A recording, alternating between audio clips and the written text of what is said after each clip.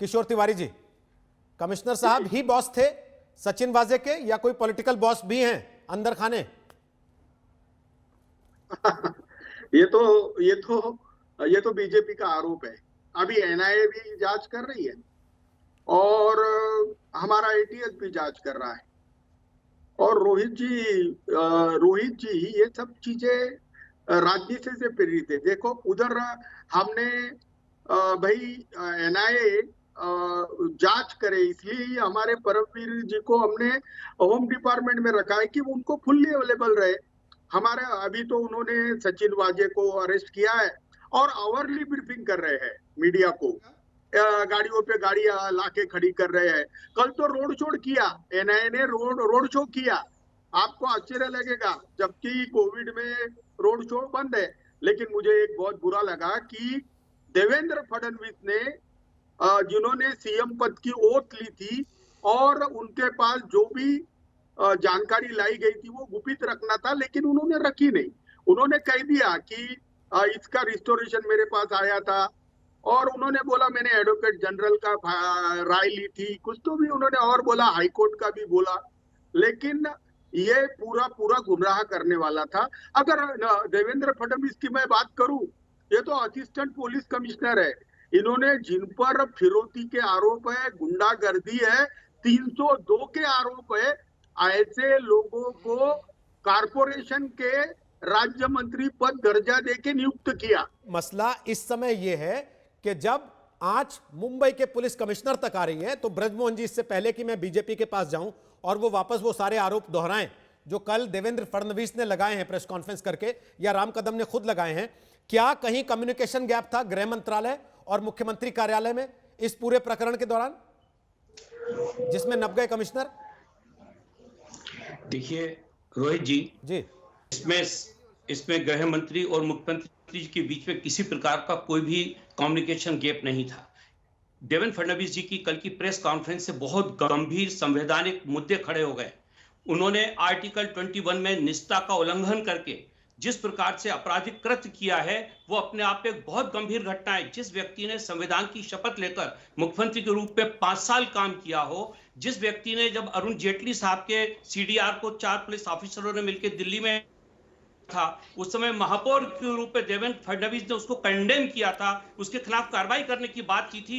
उस सीडीआर को लेकर जिस प्रकार से देवेंद्र फडणवीस साहब लगातार प्रेस कॉन्फ्रेंस में विधानसभा में अपनी बात कह रहे हैं, इसके लिए उनके खिलाफ आपराधिक कृत्य रजिस्टर्ड होना चाहिए। मैं अपनी सरकार से यहाँ पर महाराष्ट्र में मांग करूंगा कि ऐसा मामला किसी भी हालत में निष्ठा के उल्लंघन को माफ नहीं किया जा सकता। हम इस बात पर चर्चा कर रहे हैं कि देश के उद्योगपति के घर के बाहर विस्फोटक मिला, उसमें पुलिस अधिकारी की भूमिका मिली और उसके बाद पुलिस कमिश्नर को नप जाना पड़ा, हटना पड़ा अपने पद से। इस बात से क्या ये सरकार के लिए शर्मनाक स्थिति नहीं है महाराष्ट्र की? कोई इसमें शर्मनाक नहीं है, बल्कि इस पे कहिए क्यों? मुख्यमंत्री तो कह रहे थे ये कोई ओसामा बिन लादेन नहीं है सचिन वाजे, आज आप कह रहे हैं एनआईए बड़ी प्रोफेशनली जांच कर रही है। उनका कहना यह था कि ओसामा बिन लादेन तो छुप के काम करता था, सचिन वाजे हमारी इज्जत में, जब चाहेंगे तब पकड़ के उसको बंद कर देंगे, ये मतलब था उनका।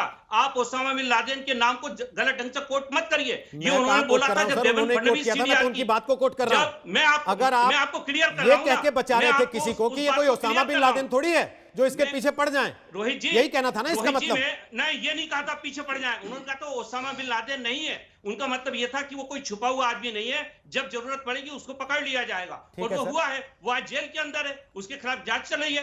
घटना सामान्य नहीं है, घटना असामान्य है। अगर घटना असामान्य है तो इस घटना को अंजाम देने वाला भी असामान्य होगा सर, और अगर वो असामान्य है तभी आप लोगों को पुलिस कमिश्नर पर हाथ डालना पड़ा। अब राम कदम, मेरा सवाल ये है, अब मैं राम कदम जी से एक सवाल ले लूं और पीके साहब से जो हमारे साथ मौजूद हैं, पूर्व एडीजीपी, अगर आप दोनों की इजाजत हो तो।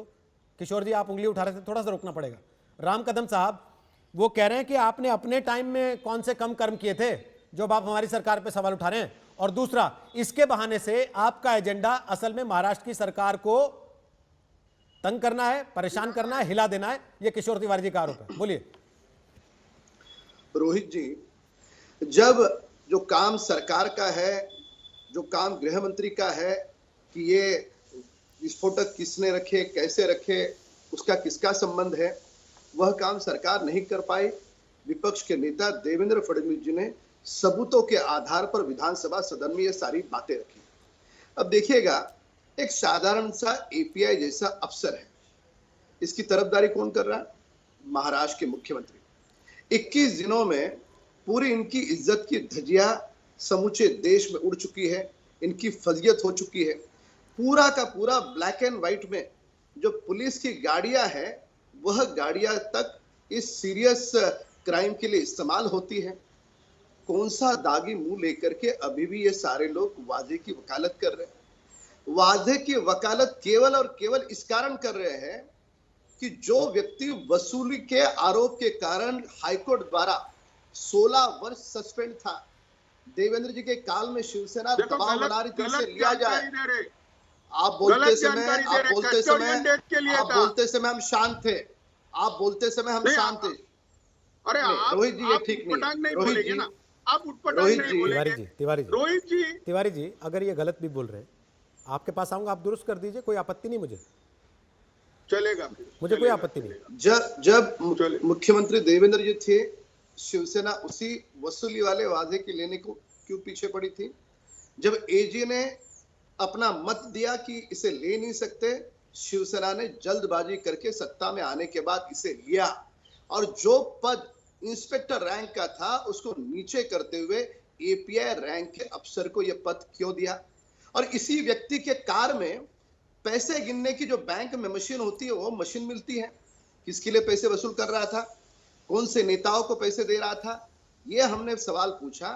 ये तीनों सरकार के नेताओं को, तीनों दलों को मिर्ची लग गई।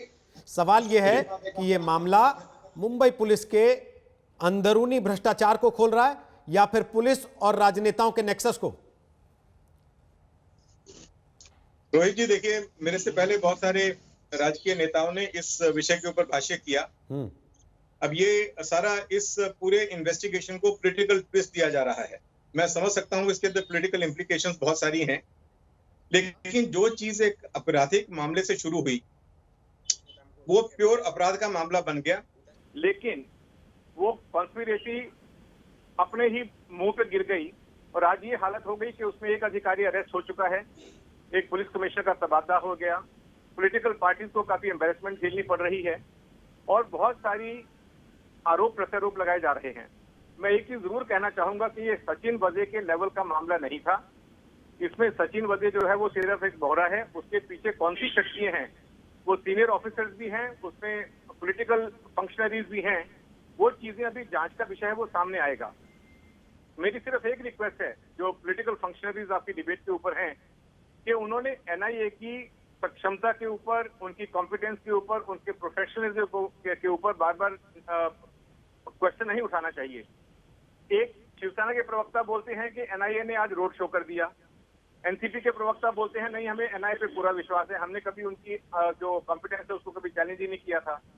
देखिए, इसमें एक्सप्लोजिव का मामला था, एक्सप्लोजिव सब्सटेंस के खिलाफ के तहत उसमें मामला दर्ज हुआ, उसकी जांच एनआईए को लेने का पूरा अधिकार था, उन्होंने लिया। एटीएस के पास या क्राइम ब्रांच के पास इसकी जांच 10 दिन तक रही, इसमें कुछ आगे नहीं बढ़ा। एनआईए ने आने के साथ ही 1 दिन में 2 दिन में उसका जो इनिशियल गुत्थियां थी वो सुलझानी शुरू कर दी। तो अब किसके ऊपर विश्वास किया जाए?